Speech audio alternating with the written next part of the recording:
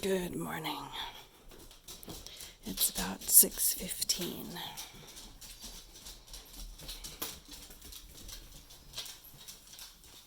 Okay.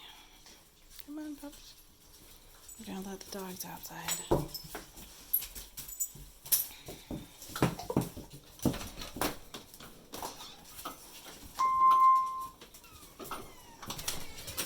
Off they go.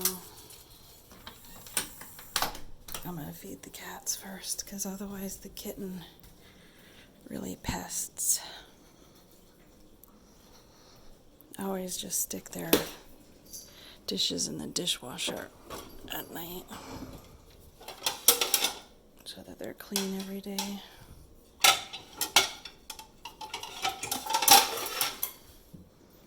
We use the little plastic dishes for the cats.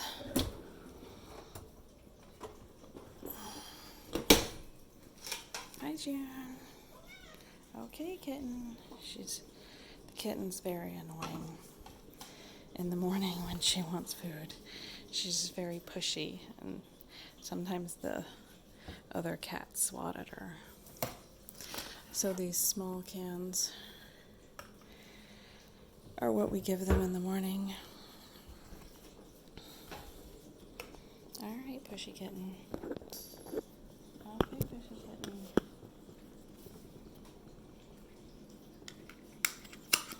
Okay, move your butt.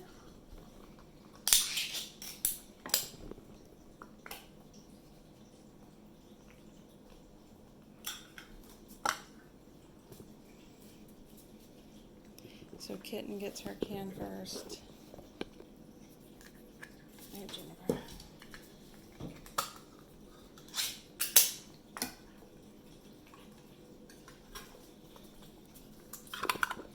Okay, I had to set the phone down. So Jennifer gets a can on one plate. Kitten gets a can on the other plate. They have dry kibble too, which is also underneath here. It's that. And that's the food that Hank gets too, but I have a bag mixed up of Hank. But first, so while the dogs are still out, I feed them, because otherwise the kitten comes to the door. She seems to want to go outside. She hasn't actually dashed outside, but here's Hank. I just look in on him, but this is his bag of food. Sorry, it's kind of dark. But Hank's food has that cat food, hedgehog food, crickets, and mealworms in it. So now I'm going upstairs to feed Kiz. So I give him a can of food separate. Sometimes he's downstairs in the morning and meets me, but otherwise, yep, he's asleep in here. Hi, Kiz. That's an interesting position. Hi, buddy. Hi. Okay. Weirdo. He's usually asleep there. And there's a plate in Aiden's room. I gotta set the phone down.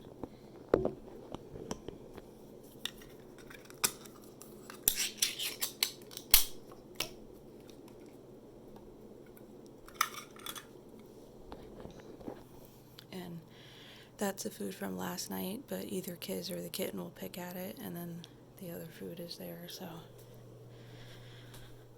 And we just feed him away from the other cats, because he likes to pick all day instead of eating a full meal. So, and the kitten just likes to eat everything.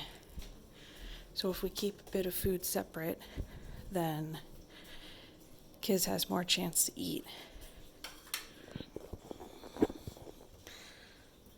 And I just wash the cans out before I put them in recycling, just because it keeps the smell down.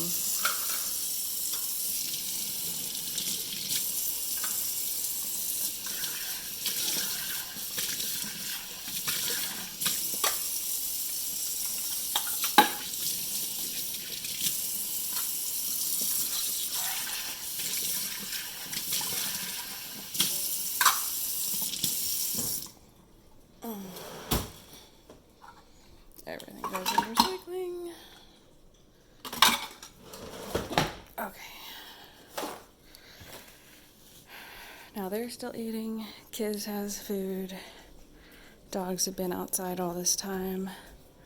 I'm gonna put on shoes and go open up the chicken door.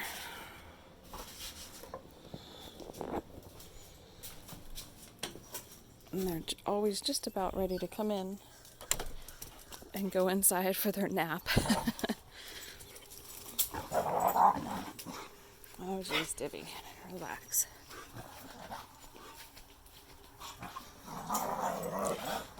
I almost didn't close the little chicken door last night. I always close this main door, of course, because an animal could get in otherwise, but I close this one too because it gives them, hi girls, it gives them another layer of protection, because if an animal somehow did dig their way in, they'd get in the main box and kill them all. But if it's really bad storming or whatever, then I don't always close it. There's almost never any eggs in the morning, so I also at night try and make sure that the little lock underneath here, I don't know if you could see that, but there's a little lock underneath there. I try and keep that closed too, but one of the kids got eggs yesterday and didn't close it. And at night, when I close them up, I just come back here usually and just count them all, make sure that all 7 of them are there, and then I close the door back up. But especially if I've left them out, like after the dogs had dinner, if I leave the chickens out until they put themselves to sleep, I just count them, make sure all 7 of them are in there. If Helga goes to sleep underneath the coop, which she's still inside of here when she's just like way under there, I'll leave the small door open but close the main door. And you know it's Helga because it's this one. She's the one that walks funny. Anyway, and if you're welcome to let the chickens out whenever. It's just sometimes it's a pain in the butt because you can't let the dogs out when the chickens are out. So you have to sneak out away from the dogs and coerce the chickens to go back into their coop. Normally you can do that by throwing in some mealworms, which are on top of the piano or whatever, and they just follow each other. And this is what you have to watch out for. She's always here. She's never dashed out, but we just kind of bum rush her in. Come on, and I boot her in. Get in. Come on, run. Good boy.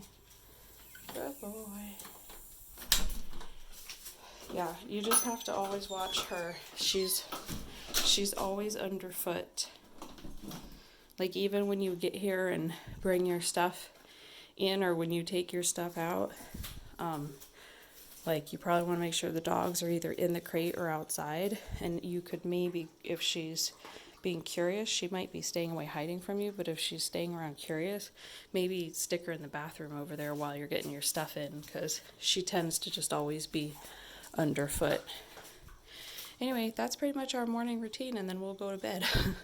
It's like 6:30 now, and we'll go back to bed for a couple of hours. Alright, more videos later.